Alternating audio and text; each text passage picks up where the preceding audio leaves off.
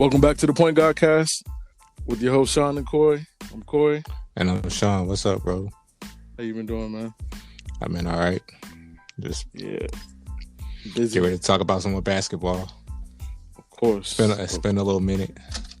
I know it's been like 2 weeks. I hate taking 2 weeks off. I like going every week, but we're trying to get there. Yeah. We're trying to get there. So you had the Lakers and Nets last night. Yep. Of course, the basketball world blew up after that game. Oh yeah, you knew that was gonna happen though. That's no surprise. Of course. So what are your takeaways from that game last night? How you feel about it? I mean, it was a game. It was okay. Right. I mean, it doesn't really have the fact that neither team was healthy. The Nets were missing Kevin Durant and whoever else they were missing. The Lakers are missing both Dennis Schroeder and Anthony Davis. They had Quinn Cook playing some quality minutes in the game. He did okay, but that's just not the rosters that we're going to be seeing if these two teams meet down the road in the playoffs, if both teams are healthy.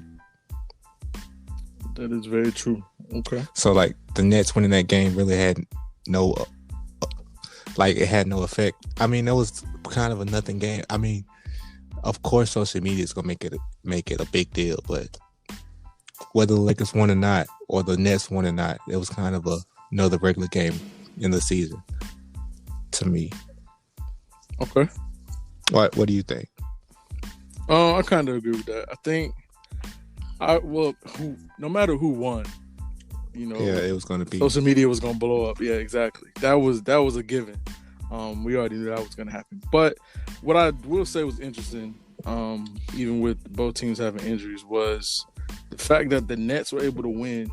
I mean, of course, not having their best player in Kevin Durant. But, I mean, Kyrie had like 14 and Harden had like 22, 21? Oh, yeah.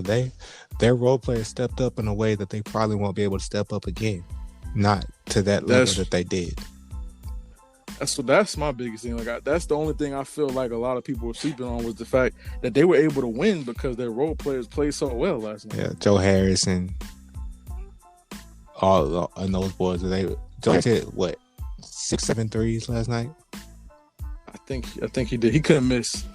He may have missed the first one, or maybe he missed like his third one, but he made like 6 straight after that. It was kind of crazy.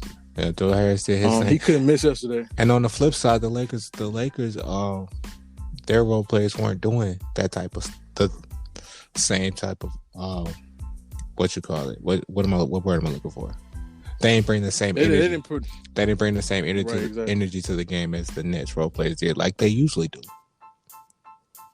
Right. That's exactly that was my biggest takeaway. Like, Joe Harris having 21 is crazy. Him outscoring Kyrie. Like, yeah. You think of Kyrie Irving. You think of what Kyrie Irving's been able to do this year, averaging 27, 28. I mean, he'll put up 30 like it's nothing. And he only had to put up 16 for them to win yesterday. Like, that's crazy. Yeah. And James Harden, the scorer that he is, with having Kevin Durant now, you're thinking, okay, James Harden's going for 30 plus easily, and he only had to put up 23. Right. That just goes to show how well their role players play. And my biggest thing from today and from last night is their role players didn't get enough credit for what they were able to do last night in helping the Nets come away with that win. So I thought that was interesting. The only important things between these teams would come in a 7-game series. They only meet one more time in the regular season. It's not going to really affect anything seeding wise. So that is true. Any meaningful time these teams share on the floor will be in the finals. And do you think that 4 games out of 7, Nets role players will outplay the Lakers role players? No. Right. Yeah. So I can't see it because the Lakers role players have the experience. They've been there with pretty much this group before. It's the Nets' first year together. A lot of their role players first year playing with star caliber players. But it'd be hard for them to do. But if you ask the Knicks, I think they would take the third star any day of the week. So their fan base probably like their chances. Our fan base like our chances. Well, the Lakers. So we'll see what happens if they end up meeting in the playoffs, the finals. Right. Now, if they don't, everybody's going to take what they can away from that second go around when they play each other. That's probably going to be another crazy night when things get blown out of proportion. But I mean, the Nets played good. They literally couldn't miss yesterday. They even one of their role players that I don't know how to pronounce his name. He has a French last name. He was I know what you're talking yesterday. about. I ain't gonna lie. I turned this game off early because I don't I don't like watching the Lakers like give half effort on the basketball court, and it just bothers me. So I turned it off. But good win by the Nets. Good win by the Nets. I'm not taking anything away from them. Did you see what Kyrie said when LeBron missed a free throw? I did hear what he said. I saw it. I mean, he was just trying to be funny. Yeah, I know. I could tell that LeBron didn't think that was funny, and neither did any of the Lakers. But it's interesting. The reaction to that on Twitter was funny because like people were like, "Well, he's the reason you got a ring, so suck on that." And I'm just like, I'm just sitting over there like, y'all are funny. Yeah, it was the comment. I mean, Kyrie was smiling when he said it. I mean, to be honest, after that technical free throw, I was surprised that LeBron was the one who went to shoot it also. Right, me too. But then I also realized that, like, I don't know, maybe the way that quarter was going for the Lakers, he was just like, whatever, I'm going to take it, you know? All right. Because, I mean, anybody not named LeBron James for the Lakers last night was struggling bad. I mean, Kyle Kuzma had himself a nice little game. He played okay. Yeah. Definitely the start, but definitely towards the end there, the Nets started cracking down on him a lot. The only person that they couldn't crack down on was LeBron. He had it's probably the easiest 30 he's dropped all year. Can we talk about? Like he struggled. What? Go ahead. You finish. It seemed like he struggled more to drop 30 on the OKC than he did with this Nets team. But maybe that's what they wanted. Maybe they were like, LeBron's gonna get his, but we're gonna try and make sure that he has no other help to do it. Because I mean, their defense was pretty good. They made the Lakers take a lot of contested shots. It was smart, and they were hitting a lot of shots. They hit a lot of threes. Like they had 20 threes in like 3 straight games, which is probably I think it's an NBA record. Yeah, it is an NBA record. I'm surprised that no other team's done that before, especially in the last 5 years. Like the Warriors. I was thinking the same thing. James Harden's Rockets. How did James Harden's Rockets not hit 23s in 3 straight games? That's a good question. What if one of those teams stopped at like 19? Yeah, they probably did. Had to. Because I agree. Had to. But yeah, I mean, the Nets looked good last night. That's my biggest takeaway. Their role players look good. The only question is, can their role players play that same way in the 7-game series, no matter who it is they play? That's the only question. Can I say this one little thing about Kyle Kuzma though? Yeah, go ahead. This version of him, the defensive rebounding, take shots when you can version of him is so much better to me than the version of him that was scoring nothing else. Like he impacts the games in so many ways now. I'm proud of his development. That's all I want to say. As a Laker fan, I'm proud of his development. That's a good point. Cool if you listen to this. He's improved a lot. I'm just playing. I wish. But staying on topic with the Lakers, like you mentioned earlier, Anthony Davis was out. And so Anthony Davis, of course, well, now they've announced, Frank Vogel and the Lakers have announced that Anthony Davis will likely be out for about roughly 4 weeks with this calf strain. Good. Take 2 months if you need to. Yeah. So he underwent the MRI on the 14th, February 14th.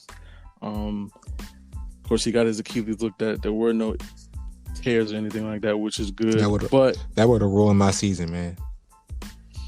Yeah, that would have been bad. But I also felt like when I saw him, when he did it, and then he was able to, the way he was able to kind of walk it off, I was like, okay, I don't think it was a tear. Because if you see anybody tear it, they kind of pretty much immediately go to the ground.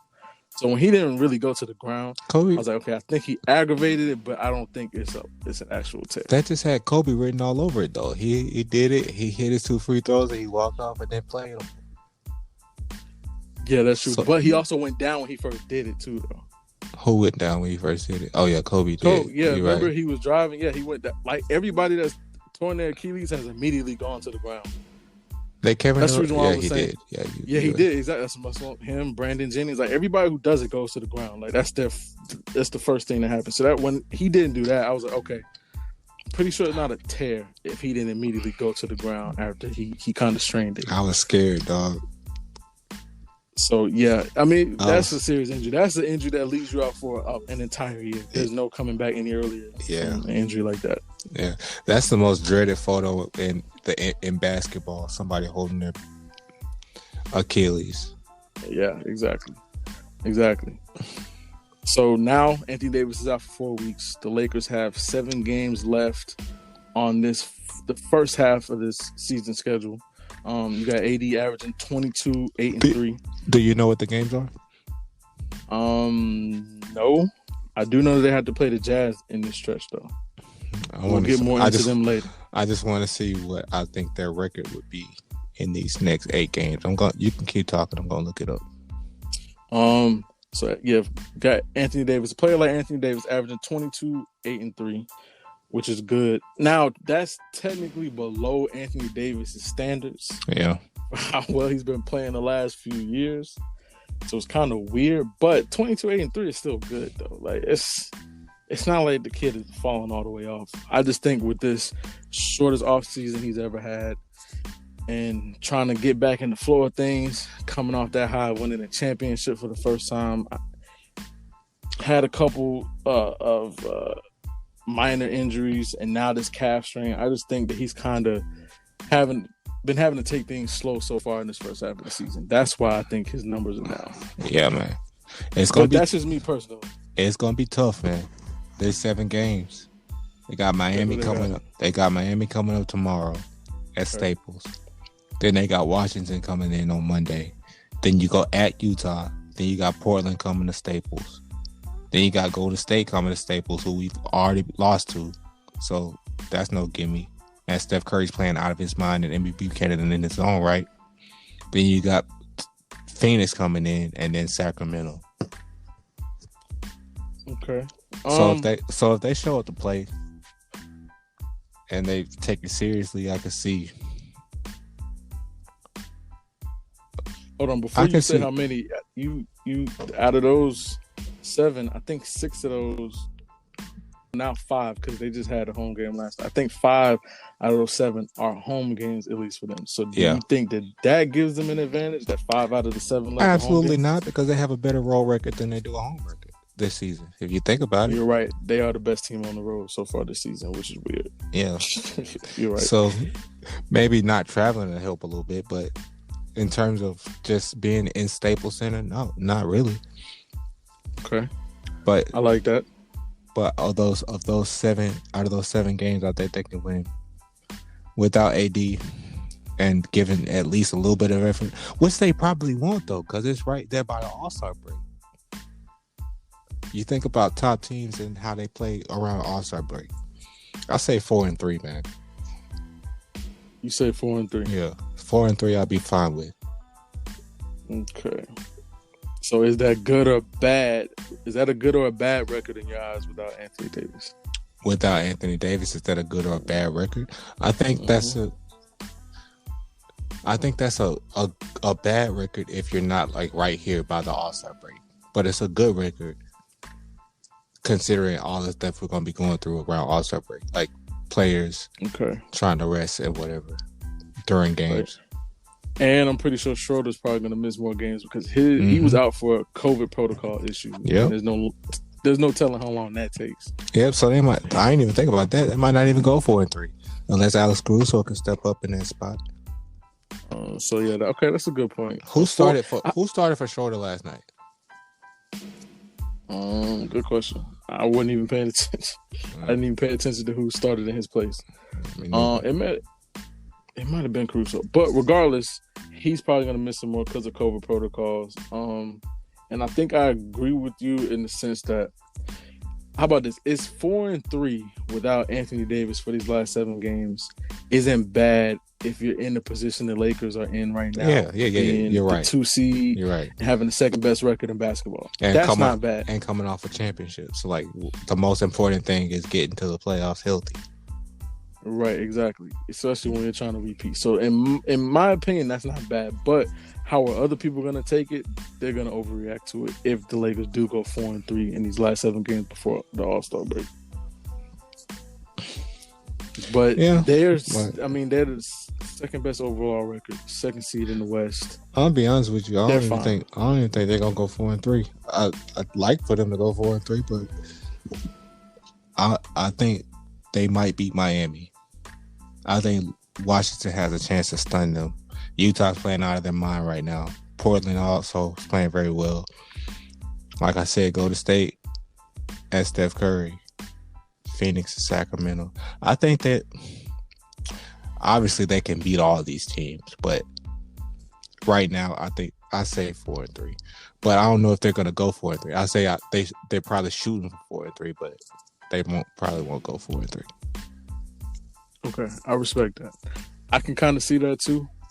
It just depends on what they want and also what the health of their team is. I think the most important thing is health to them. Yeah, just like that's us. Exactly. That's what I'm saying. I think the most important thing is health. So if they have to rest some people before and lose some games because of that, they don't care. Like you said in the last podcast, nobody really has an amazing record this year anyway. Yeah. So it's just one of those years. Like you got the East, you got people in the East who are the 4th seed at 500. Yeah. Or like one game above 500. Yeah. Which is crazy to think about. But whereas in the West, if you're 500 or below 500, you're like the 10th seed at best. Yep. Which is really crazy. But okay, I can see that. So the Lakers, next 7 games, it'll be hit or miss depending on what they want, depending on what their team needs before this All-Star break. Yeah. One thing I will say though, after the All-Star break is done, I think you'll see the Lakers start to push for that playoff form that they're looking for. Yeah. Especially pretty much what they did last year. Especially since the season's shorter and that push is going to need to start a little earlier. Yeah. So that's definitely what I'll say for the second half. So AD is out 4 weeks currently. Do you think that that's enough time? You think he should rest more or what? I think AD should take as much time as he needs. Okay. Whether that's 4 weeks or whether that's 6 weeks. I think he should take as much time as he needs. Because like we said, the most important thing is getting to the playoffs healthy. LeBron's going to get this team to the playoffs without AD. But when the playoffs come, when it's almost playoffs time comes around March, not around March. Obviously, the playoffs aren't going to start in March. But like the when you're trying to get yourself in playoff shape around March, April is when AD needs to be getting it back into game shape so he can help the team in the playoffs. Right, that's a good point. I think I agree with the 6 weeks. Yeah. The reason why I say that is because of how how serious his injury is. We saw, unfortunately, a couple years back with Kevin Durant had the same thing going on. And he came back too fast. Yeah, in the finals, and then unfortunately he ruptured it, which was terrible to see. Yeah, and you don't wish that on anybody. It wasn't terrible. It wasn't terrible to see for them Raptors fans in the building. Yeah, that was bad. The fact that some of them cheered was wow. Never forget it. Yeah, I'll never forget that either. But yeah, it's one of those injuries that you have to take very serious. So 4 weeks is enough. But I'm with you. He needs more time, man. Take it. And I would say that for anybody who's going right. Through that. Yeah, me too. Like that's one of those injuries that like you really don't want to have. You really out an entire year with an injury like that. You're not coming back any sooner at all. I know I'm a Lakers fan and we talk about Anthony Davis, but I'm gonna say the same thing about anybody. I hate seeing anybody get hurt. Of course, especially basketball and Achilles and ACLs and stuff. Anything with the legs, that's awful. Right. I'm glad you brought that up. That's true. I'm the same way. I'm the same way. So we both kind of other people are wishing people get hurt, but I'll digress. Yeah, that's some of them weird people on Twitter. But one of the teams that you brought up that the Lakers have to play next that I think is big are the Jazz, the Utah Jazz, who I think have to be. Nice segue, by the way. Yeah, I think they have to be the most shocking team this year. I agree with you. You do not what? Expect the Jazz to be this good this early. That's exactly what I said. I didn't expect them to be this good this early either. It's crazy. They got the best record, the best overall record in the NBA. Yeah, 22-5. They're the 1 seed in the West. Mm-hmm. In their last 21 games, they are 20-1. Yeah. 20-1. They are first in net rating at plus 9.1. They're second in defensive rating at 107. They have beat the Bucks twice, beat the Pistons twice. I only bring up the Pistons because the Pistons although beat the Pistons all are the best terrible, teams. they beat top teams. Exactly. Somehow they managed to beat the top teams.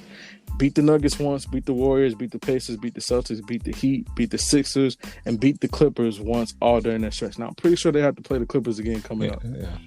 But they beat all those teams during this 21-game stretch. And I don't know how you could not say that that's impressive. You can't. It is impressive. They definitely have the best ball movement in basketball right now. It's pretty fun to watch, actually. Can I ask you a question? You remember when the Heat, LeBron's Heat, went on that crazy winning streak? Yeah, it was like 32 okay, games. It was 32 games. I was checking how many games it was. I was thinking it was like 22 games. But like, is the Jazz about to pass that streak? I was just asking. I think it's 32. Pretty sure I was just trying 32. to make sure. Yeah. Right now, the way they're playing basketball, they could. But then the All-Star break coming up could interrupt that. Yeah. Actually, maybe not. The way they're playing, I don't know. I mean, they're definitely. It's hard to deny the fact that even though the Nets, stats-wise, have the best offense in basketball, it'd be hard to argue that the Jazz are just as good offensively, if not slightly better, just because you can tell everybody on that offense knows everybody, and everybody knows everybody. And who do they have on offense though? But Donovan Mitchell. Where do they get Donovan Mitchell, Joe and Ingles, Jordan Clarkson, Mike Conley, Jordan Conley's Clarkson, playing and very Mike well. Conley are doing really good. Exactly, it's shocking. And then Rudy Gobert is rebounding out of his mind for them. I'm telling you, they're fun to watch. Okay, so another question: do you think they're real contenders in the NBA? Like finals contenders? Finals contenders. I'm saying yes, but just because you're a contender doesn't mean that you're gonna beat another contender. Does that make sense? They're a contender, of course, but do I see them beating the Clippers in a 7-game series? Maybe not. Do I see them beating the Lakers in a 7-game series? No. Just because. Okay, I think so. My definition of a contender is you can see them beating anybody. I mean, yeah, until they get to the Western Conference Finals. Yeah, right. So you said yes until. So that's what I'm saying. Yeah, yes until. That's what I'm saying. Only because you got the Clippers and the Lakers who have people who have won rings already. So that's my point. That's why I don't see them as contenders, because it's hard for me to see a team that hasn't done it already do it. I see what you mean. It reminds me of when the Hawks went on that crazy run in 2015 and won 60-something games. Won 60, 62 games or something. Yeah, that's what this reminds me of with the Jazz. No disrespect to the Jazz or their fans. I'm just saying it's hard for me to see a team getting to that level if I haven't seen it before. You got to show me before I believe in you on that big of Okay, I actually kind of like that. That's a very valid point, actually. I actually think somebody else may have said the same thing. And I want to say yes to that, but at the same time, I think they're a little bit better than that Hawks team was. Okay. I mean, that's just my opinion. That's fine. Yeah, I think they have better players. There's nobody on that Hawks team that was better than Donovan Mitchell. There was nobody defensively on that Hawks team that was better than Rudy Gobert. That Hawks team had no Mike Conley, so yeah, but that's the comparison I came up with when I was thinking about what does this Jazz team remind me of right now. That's a valid point. The only unfortunate thing for the Jazz is that they're in the East. And the East is the West. The West standings numbers. The West. Yeah. I mean the West, excuse me. As you can see with the West is clearly stacked. Again, in the East at 500, you're a 4th or 5th seed. In the West at 500, you're out of playoff contention. Okay, so how many teams in the Western Conference do you think would beat the Jazz in a 7-game series? Or could beat the Jazz in a 7-game series? Not would. 50-50. Could. The only two teams that I would say right now are the two teams behind them, the Clippers and Lakers. So the Jazz beat everybody else in the West, but the Clippers and Lakers.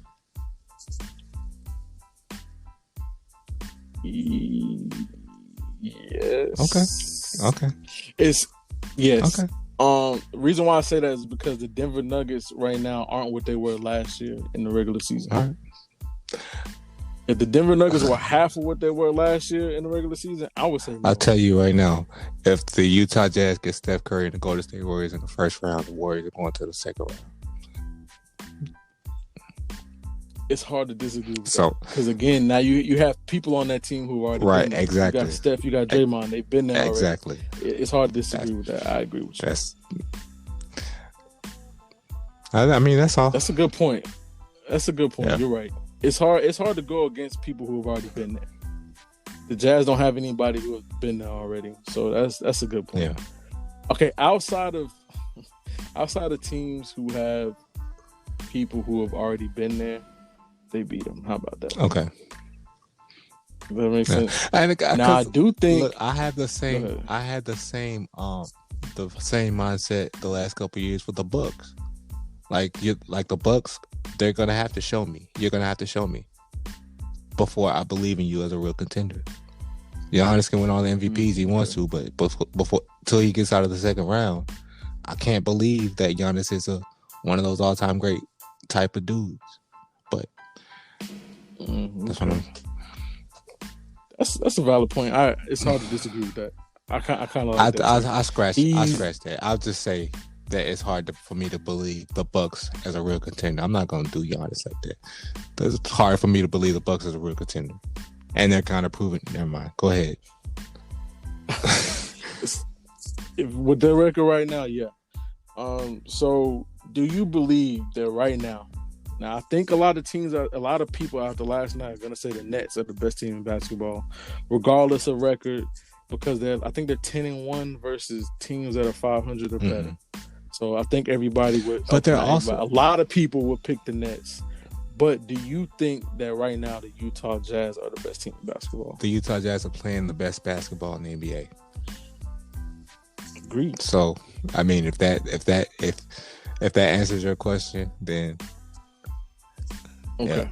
I guess they're the best team in the NBA.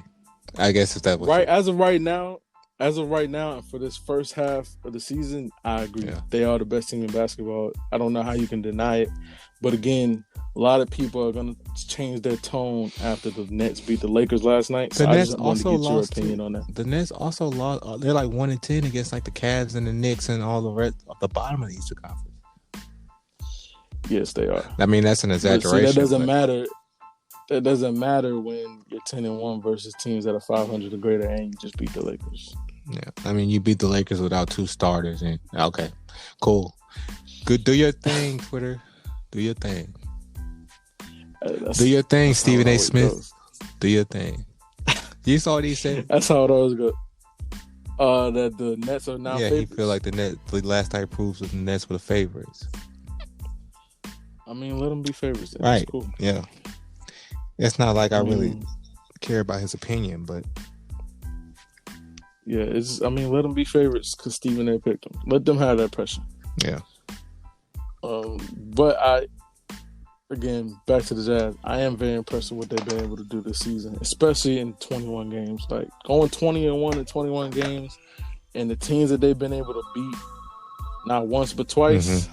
I think that's amazing. So I respect that. I respect that a lot.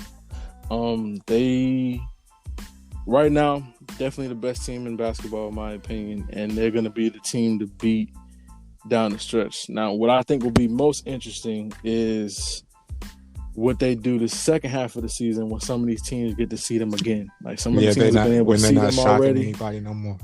Yeah, exactly. When teams are starting to try and make that playoff push. Mm-hmm. Let's see how the Jazz play then. When these teams have seen them one time, lost to them, and they're like, okay, now I know what to expect with the way y'all are playing this year. Now I'm going to play you a completely different way. Mm-hmm. That's what I want to see for the Jazz in this next half of the season. But they are they're great though. They're a really good team. hopefully they can keep it up. Hopefully it's not just a fluke. It's not just a regular season thing. Yeah. Hopefully they can carry it over into the playoffs. Yeah, we'll see. But like I said, they're gonna have to show me. Yeah, it's hard. It's hard to disagree with that, especially with how they lost last year in the playoffs. Yeah, they were. The Nuggets after being up 3-1. I expected the Nuggets to be what the Jazz are. I'm glad you brought that up. I did too. But since you brought that up, who has been this year? Who has been your most disappointing team? Another good so far this year for this first. Another good segue. I'm gonna go with the Milwaukee Bucks. The Bucks, okay. Yeah, the Milwaukee Bucks. Why the Bucks? Because they were the one that's supposed to have the top record in the league, right? That's what usually happens in the regular season with the Bucks. So for them to be just another middle of the road team right now, albeit it's the first half of the season, not really the second half hasn't started yet. Maybe they'll ramp it up and become the first seed in the West and the Eastern Conference. But the Bucks, okay. And the honorable mention, never mind, because you have yours. No, go ahead. Go ahead. Give me your honorable mention. I was going to ask that next. The honorable mention, the Celtics. I know they've been dealing with some injuries to like Marcus Smart or whatever, and Jaylen Brown's been in and out of the lineup. But their two stars are playing very well. Their record just not reflecting it. That's all. Okay, I like that. I like that one a lot. I think I've seen a couple people say the Celtics. Definitely seen quite a few people say the Bucks. But I've also heard some people say, like you, that they weren't surprised about the Bucks. Yeah. Like, I think there's been a couple people who said maybe now the Bucks are realizing, like, trying to win 66 games, during the season, and then not showing in the playoffs isn't always working. Right. Yeah, what is that doing for you? Exactly. Maybe try to wait until later in the year to really make a push. I mean, it kept them Giannis. Giannis stayed, so I guess that did something. That is true. Right, but see, I think they're kind of changing their tone and their mindset a little bit for this year. So we'll see what happens with the Bucks. I'm glad you brought that up. So my team that I picked was the Miami Heat. Oh yeah. I had to pick the Miami Heat because I personally thought that they would be like that 5th through 8th seed in the East right now. That's what I thought personally. Now they're another team that has had a lot of injuries. Jimmy Butler's been. Jimmy Butler. That's ultimately why I didn't pick them, because Jimmy Butler's been out of the lineup so long. The best player. Like, you can't really expect that young team to be like they were last year without their leader. So that's ultimately why I kept them off of this list. That is true, but I don't know. The fact that they were in the finals last year, and listen, the heart that they played with in the playoffs last year, and once they got to the bubble, was crazy. Like, Jimmy could have a bad game, and they would never give up. They would always make a comeback, and I just thought they were going to keep that same mindset really going into this year. Hasn't really been that way, but they were a team that I said they don't have to be like a top 3 seed. As long as they make it into the playoffs, they're gonna do some damage. So I at least thought they would be at the 8th, 7th, 8th, 9th. But they're the 11th seed in the East right now. They're on a 3-game losing streak. Their offensive rating is 106, which is 26 in the league. Their defensive rating is actually pretty decent. It's 109.5 and the 7th in the league. And the net rating is negative 3.4 and the 23rd in the league. Yeah. And I don't know. I just personally expected better, especially since I was so high on them, because a lot of people were trying to say that they were a fluke and that it would never happen again. And I was like, nah, I'm not going to doubt the Heat like that. But right now, the way they've been playing, it's just been like, man. But this is the thing. It's the first half of the season. It can get better. But just personally, for me, they are my most disappointing team. And I kind of got 2 honorable mentions. One is the Celtics. Actually, one is the Nuggets more than the Celtics. The Nuggets, just because they were another team that I was so high on. And then, I don't know what's been going on with them this year at all. Oh, yeah. They look like a shell of themselves, because even at this point last year, they were a lot better. But I don't know. They've been disappointing. And then the Celtics, just because of their record, like you said, for them to be 500 right now with the way that Jaylen Brown stepped it up this year, Yeah, that's just weird. Like, That's I the don't word for get it. That's it. the Like, correct Jaylen word. Brown stepped it up and is playing so well, but they're only 500. And then Jason Tatum still doing his thing. And it's just like, how? Kemba Walker's exactly. here. It's just like, bro, how? Yeah, Kemba Walker finally out. Kemba Walker did miss some games. But even with him missing games, They went to I the felt Eastern like Conference the way Jaylen Brown Finals was playing, as they rookies didn't really... without Kyrie Irving. So, like, who's... Like, if you could be without Kemba That Walker is for true. a minute. Yeah, they was one game away from making it to the finals. They just happened to run into LeBron James. That was it. But yeah, it's just weird. Now again, they're in the East, so they're the 5th seed at 14-14. So that's not the Knicks are right there, right? bad, but ain't the Knicks right there behind them? The Knicks are the 7th seed at 14-16. Oh. Yeah, but the Knicks are in playoff contention. But see, again, if they were in the West at 500, they would be down at the bottom. They'd be tied with the Grizzlies. So they wouldn't even be in the playoffs if they had a 500. Luckily, we have a whole nother half of the season to go for them.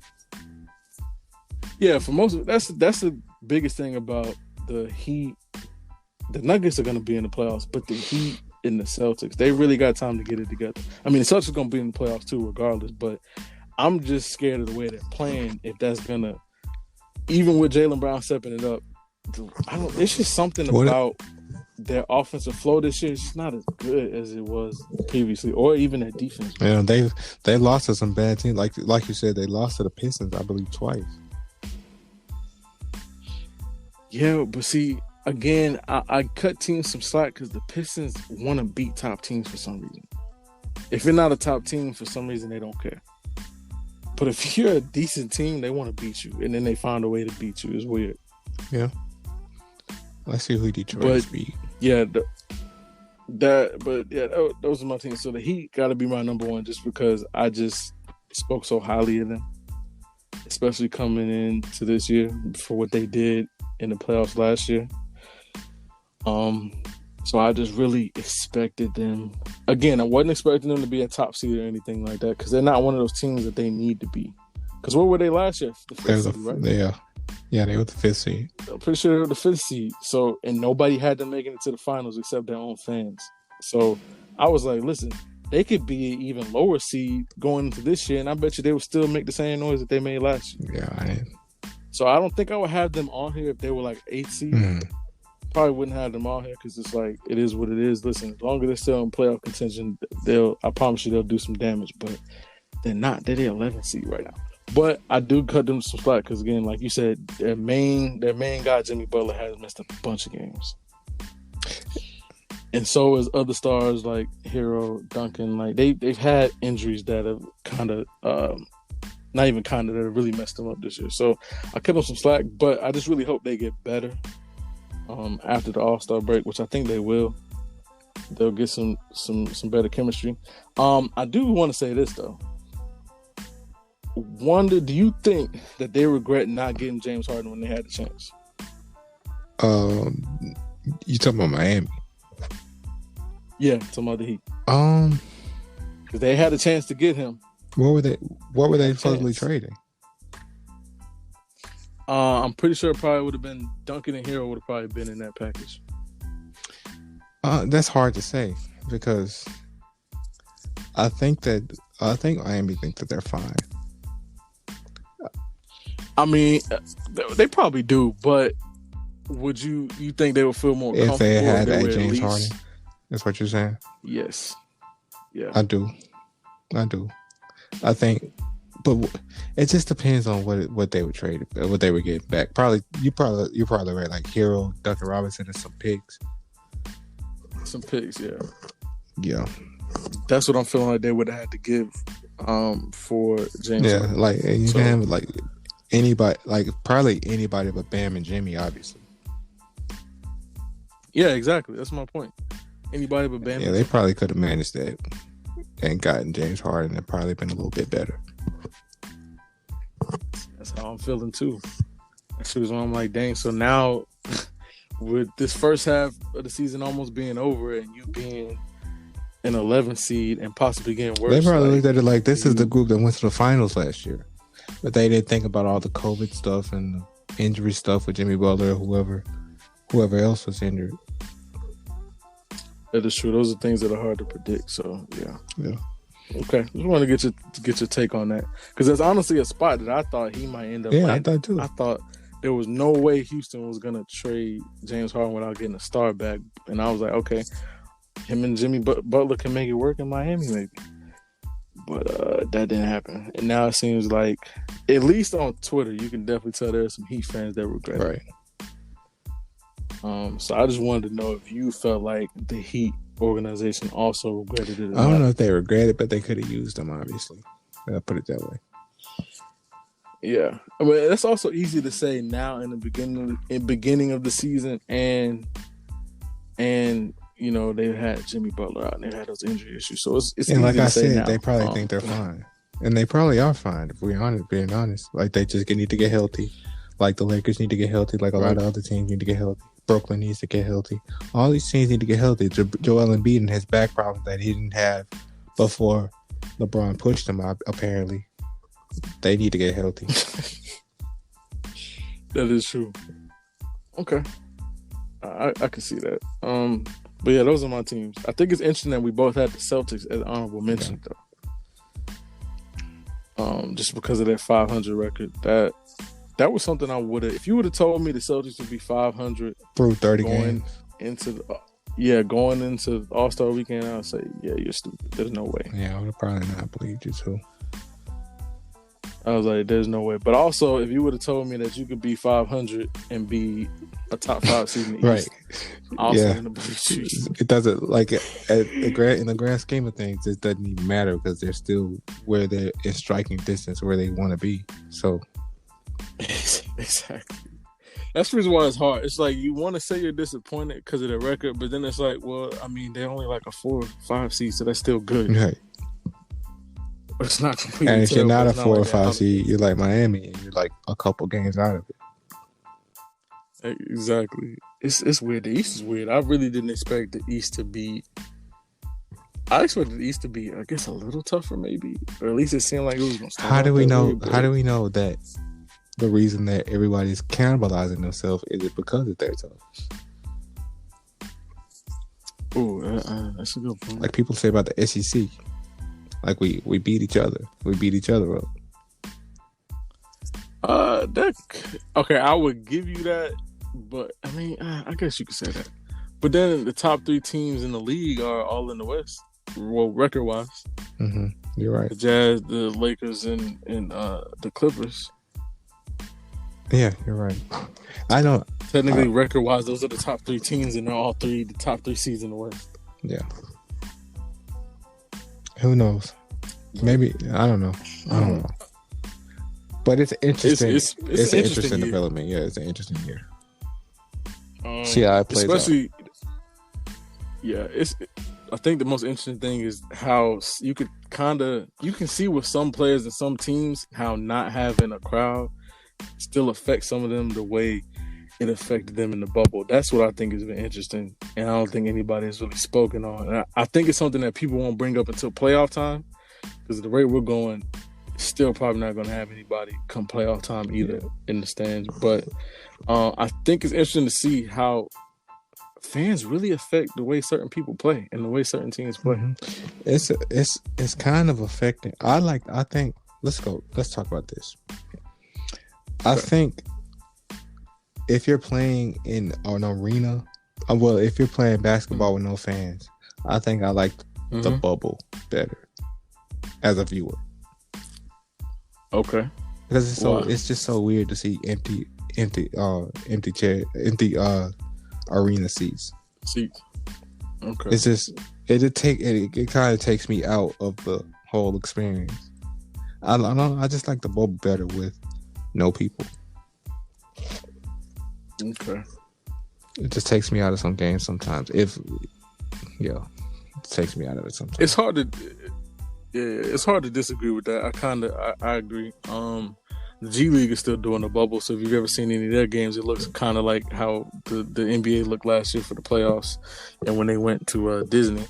And then when they put the fake noise, that bothers me too. Like the whole, if you gonna have no people, let me have the whole experience. Let me hear the shoes. I said this all before. I'm not gonna go back down that road. Yeah, that's kind of true. The fake crowd noise is weird. That bothers me too, man. Some teams, I think that's ultimately what takes me out of it. Yeah, it just doesn't. Yeah, some teams don't feel know how to do crowd noise. It just don't feel authentic. Yeah, it doesn't. That's it. Like the Pistons don't know how to do crowd noise. They do crowd noise for any little thing. Yeah. Like it don't even have to be anything exciting, and they got the crowd noise super loud, and it's like it does mess up the experience. But see, I also think that's something that affects some of the players too. That's what I mean. Yeah. They know they just hit a shot and the crowd went wild and nobody's there to go wild. It's like what? Yeah, it's something that's hard to get used to. It's something that some people, the way they play it doesn't matter. But I do think that it is affecting certain teams and their records and the way some of their players are playing. I think it helped, but it also can help in the other way because I think it really helped Miami last season. That is true. That's what I mean. Like there's certain teams that it doesn't matter. I also think it helped the Nuggets a tremendous amount last season. Okay, so if you say that, do you think it'll help those two teams again this year? I think it'll help a team like Utah. Okay.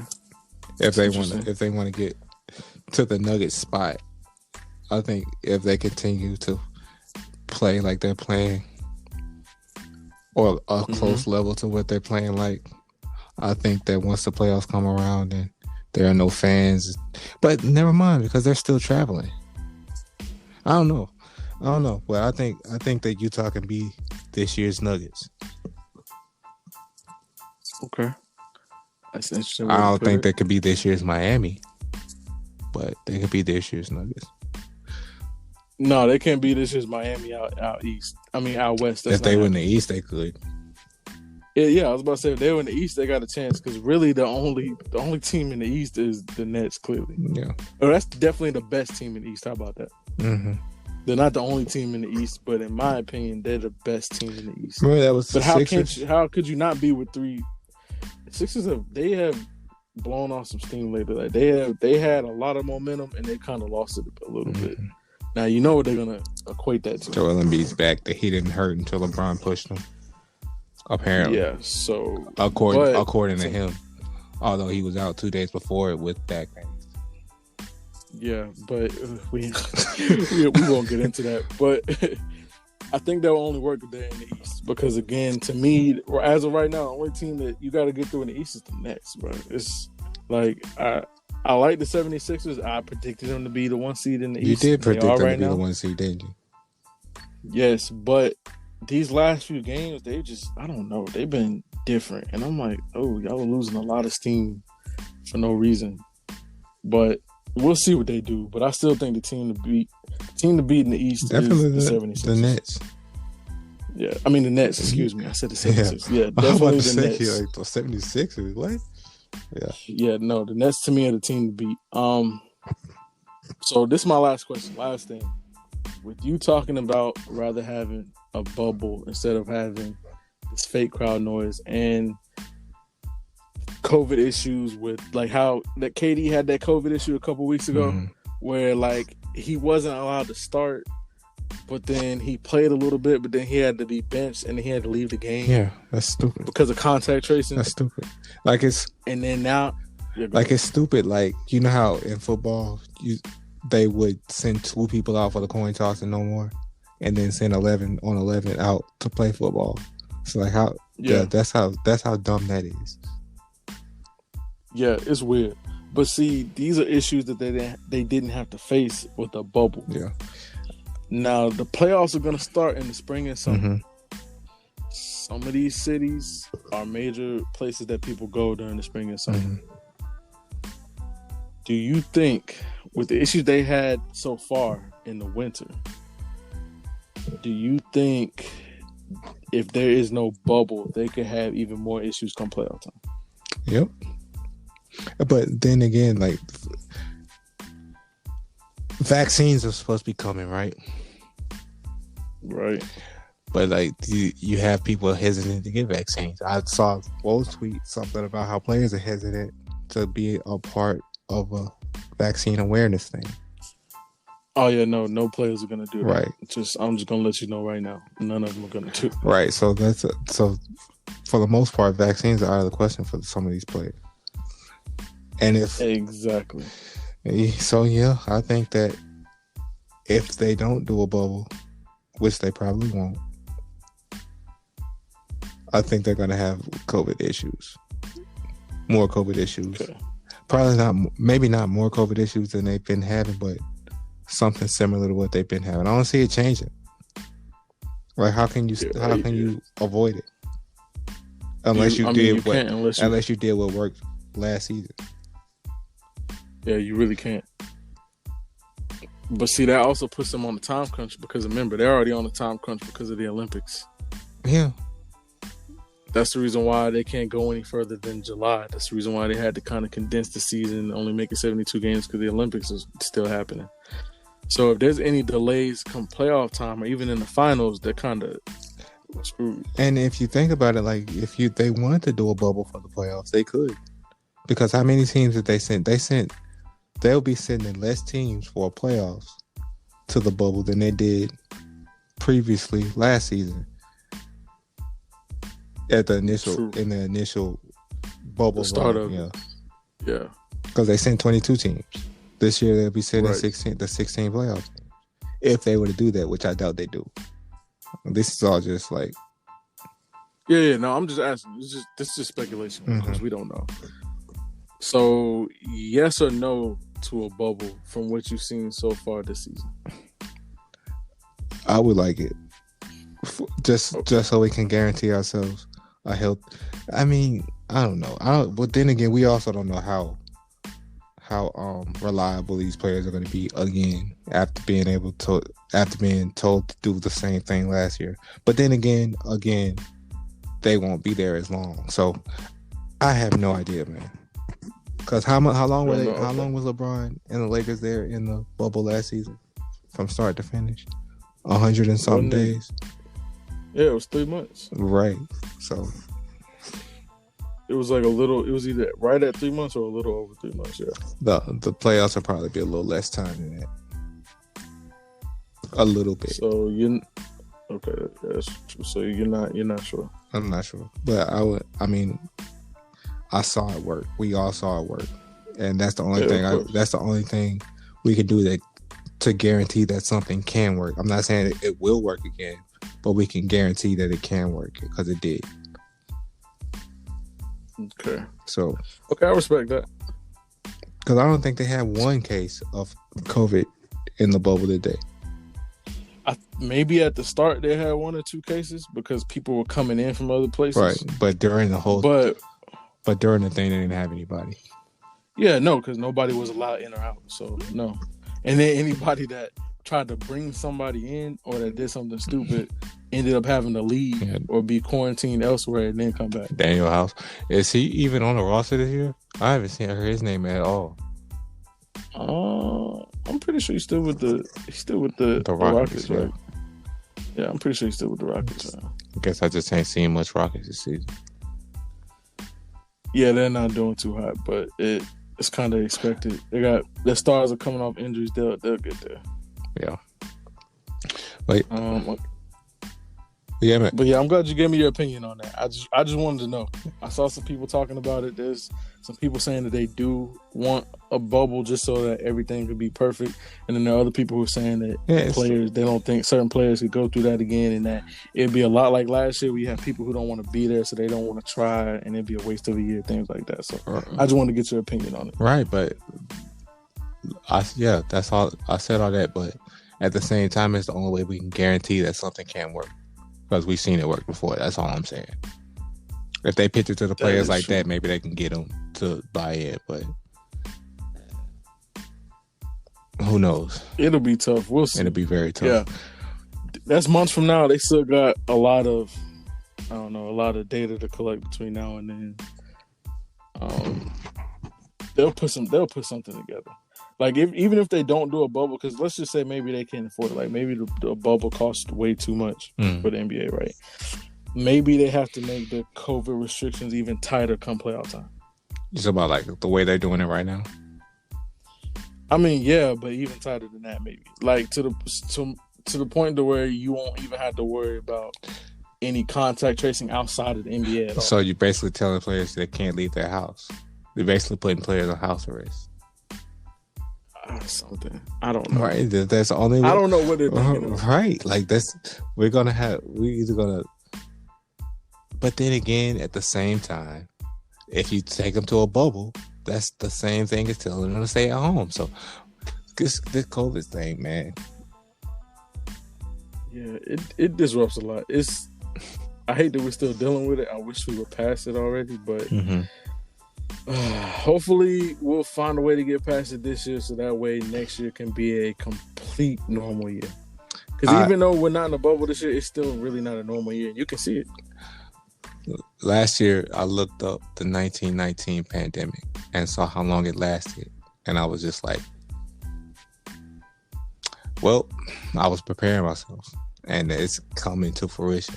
But yeah, that's all I got. What else you got for tonight? That's really it. Jazz are the best team in basketball. AD needs to rest as much as possible, and we'll see if the Heat can get better for me. Yeah, that's it. Nice talk. Because I believe in them. Since nobody else believes in them. They believe in themselves. Trust me. Jimmy Butler got that team believing. Oh, for sure. But too many people are talking bad about them and trying to say that they were a fluke, and I'm trying to tell people they aren't. But they aren't helping your cause. They aren't helping me out at all. I keep telling people that they weren't a fluke, but people keep saying, "Oh yeah, well that 11 seed would have a lot to say about it." I'm like, man, they'll get there. Yeah. So hopefully they get there. Yeah. This has been another episode of the Point Guard Cast. We'll see y'all next time.